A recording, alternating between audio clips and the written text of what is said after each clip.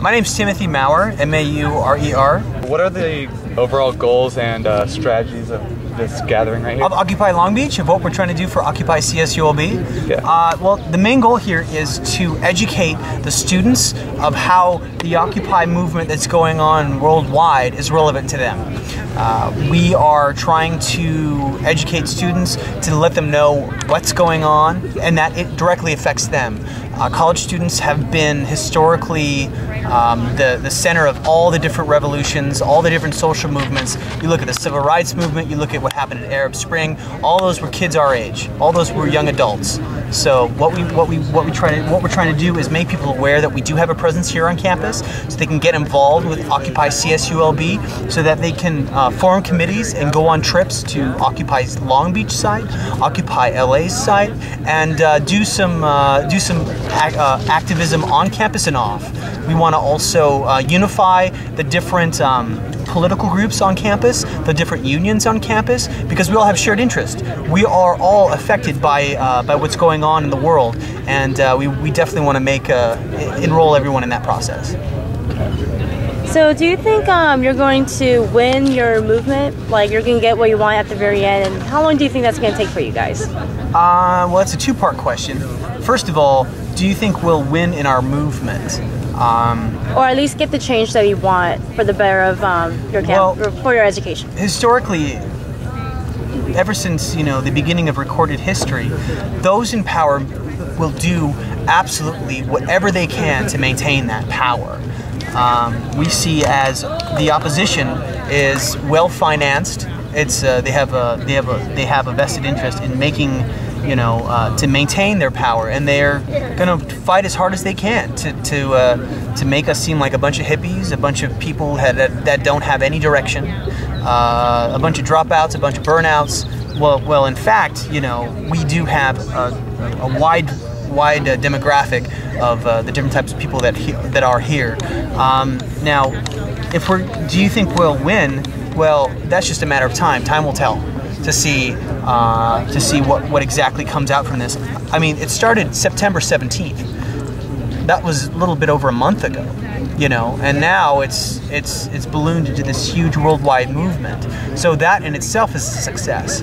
And how long or short will this take? Time will only tell. We got to see what happens in the winter when the snows cover some of these Occupy sites. We got to see the different strategies that the opposition will throw at us, and we have to see how, on our end, we get the message out, keep the message alive and vibrant.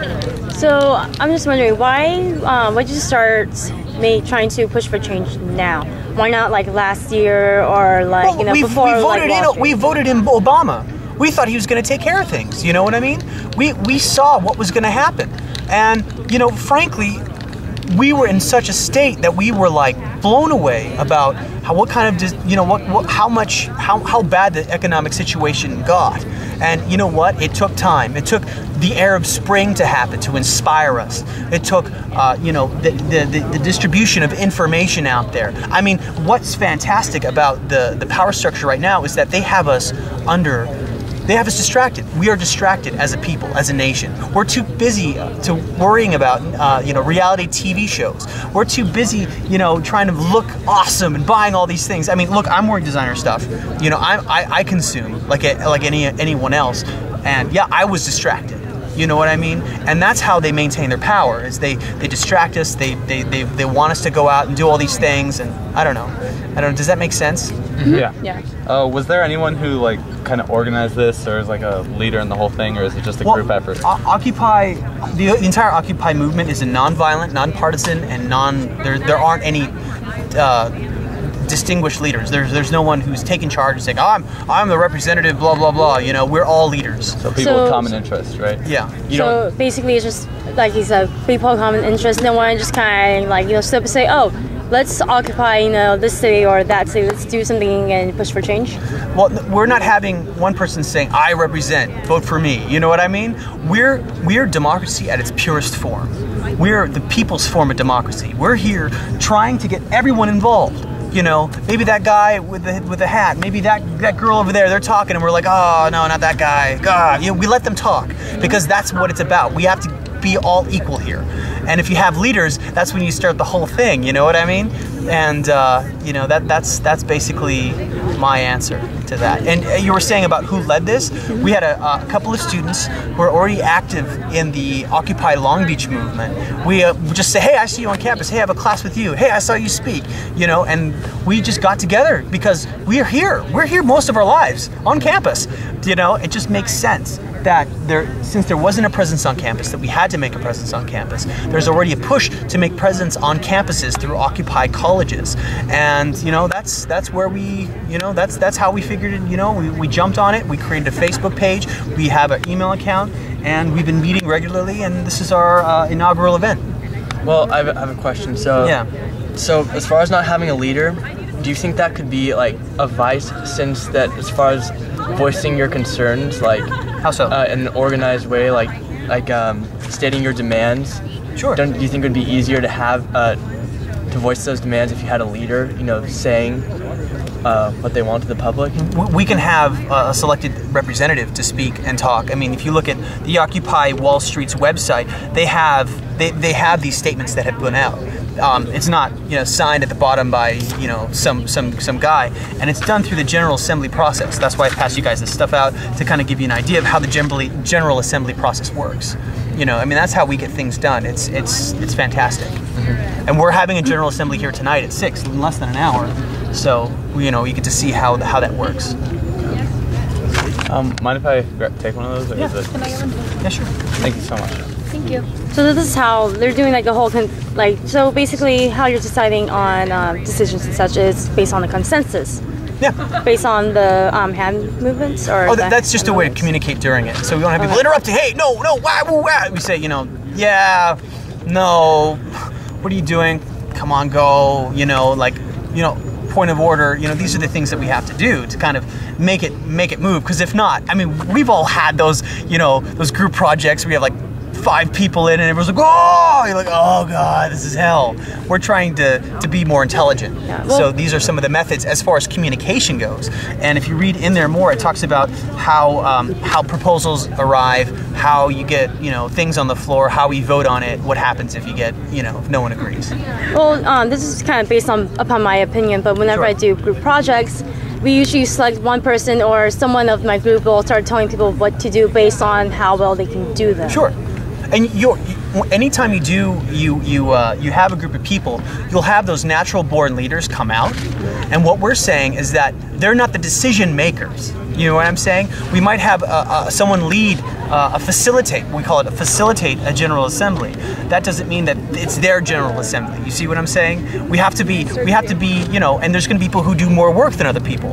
I put in so much work in this event. I pooped, you know, but at the same time, it's like because I could. You know, I mean, we're you know, I mean, it's, you can say it might be somewhat utopian. That's where you're coming from. I see we're rhetorically how you're coming at it. But I'm just saying that we're trying to redefine the current democratic system by having events like these, by having General Assemblies. Because, you know, we want to see what works and what doesn't work. You know, because we are flexible. You know, we're ever changing and we can make this work. And then also, like, do you think in the future you're ever going to have like a leader? Like, for example, like the civil rights movement, they had, you know, Martin Luther King Jr., they had Malcolm X, sure, Bobby Seale, even though, you know, sure, they all had like different, you know. But they were not necessarily leaders in the sense that they were in the government. They were not leaders in the sense that they told people what to do. They were inspirational. They helped give a voice to the voiceless, and we do have people like that. If you look on the Occupy Wall Street's page, if you look to see, like, you know, the different people that have come out to be spokesmen, you know, Michael Moore, that big Michael Moore guy, he talks a lot about what we're doing, you know, but he's not a leader. But he's someone who has a voice. He's someone who's potent in his delivery, and for that, you know, he's a valid representative of our movement. Well, so based on that definition of leaders, then you sort of do have leaders, just not in like the traditional like dominant way. Sure, exactly. We don't vote anybody in, and we make it so that not one person's agenda gets pushed. You know, we have it so it's balanced. So you see kind what I'm of like saying? a thing around the people rather than just like one person influencing. Exactly. I mean, you have to also look that language here, and this is a great study on how language is so potent. Language in itself creates action, and how you interpret these specific words influences on how you act in that realm. You know, you can say leader may mean one thing to you and may mean something completely different to you. That's why we're trying to be as specific as possible, trying to get these messages out and try to have an open dialogue about how we can change things. You know, because we're going to be thrown. I mean, language is being used right now as a weapon right now in the popular media. They're calling us socialists. They're calling us hippies. They're calling us burnouts, dropouts, whatever. You hear all these different things. Well, I mean, it's just, you know, if you look at the different philosophies on how you know, how these God and devil terms arise. I mean, that's just something that's pre-programmed in us, and you know, that shows you the power of language. It's kind of off topic. So would you say like the media is trying to either censor you, or is it like spreading your word? At first they tried to censor us. They didn't cover anything. And then they saw that we're getting momentum, and they're like, all right, we gotta, you know, say something about it. Hey, dude, good to see you. Good to see you. Here, take this. I would love one. Thank you. Thanks, dude. Hang out. Thank you. And so yeah, they're say it again. I said like the media censoring / helping, you know, spreading. Well, I mean, there's certain people that are more favorable, that they're having good press, but there's also been a lot of negative press. You know, you also have to, anytime you receive news, you have to find out, you know, is it a credible source? And that goes to who owns it, who's paying for it. You know, Richard Murdoch, he owns, you know, Fox News, he owns LA Times, he owns all these different news outlets, and we're after him. He's the 1%. So he's going to influence, he's going to have them pursue a campaign against us, you know, and have people report in a certain way to influence, you know, what's going on right now. And you have people who've been, you know, either censored, people in the media, or just fired, you know? I mean, that happens when someone's too vocal about what's going on. I mean, I wish we had a free and independent media, and, you know, but we don't, you know? So that's why it's so important that you guys are doing this. That's why it's so important that we get students involved. That's why it's so important of the, you know, social media and then the internet, you know, to help get this message out. Internet's big, like Facebook and stuff. It's huge. It's huge. That's how like the whole Libyan thing started. Exactly. And that's why what we're trying to do here. Well, and so relating to that, like with what exactly in your opinion, makes up a successful social movement? Like, what needs to be done? How to be a success in your eyes? There's a lot of things that have to be done. We have to amass the numbers of people. We have to educate people. We have to have them, you know, we have to create a message that's inclusive with everyone, the 99%. And, you know, it's successful, you know, a successful movement, a social movement is actual physical change. You saw the civil rights movement. They were you know, fairly successful. Did it eliminate discrimination? Did it eliminate systemic discrimination? Did it embetter and empower minorities? It helped, but it didn't fix it, you know. And that's where something where we've seen the past, we've seen what's happened, we're educated, and we want to make we want to have a change where we overhaul the government, get separate business and state, and redefine, you know, the American narrative, where, you know, we need to reclaim it, where, you know, you come to this country, you work hard, you know, you can make a difference in your life, you can improve your life. Mike, check! We're about to start an explanation of the consensus process and the General Assembly. Consensus process And the General Assembly. and the General Assembly. So if you're interested, I'll be right here. I'll be right here. Come on and join. Come and join. All right. Sounds like a leader. Well, that gives us an opportunity to talk. This is the lead. This is how we engage. That's called the people's mic, where we An echo? An echo, pretty much. So, people's mic. What else?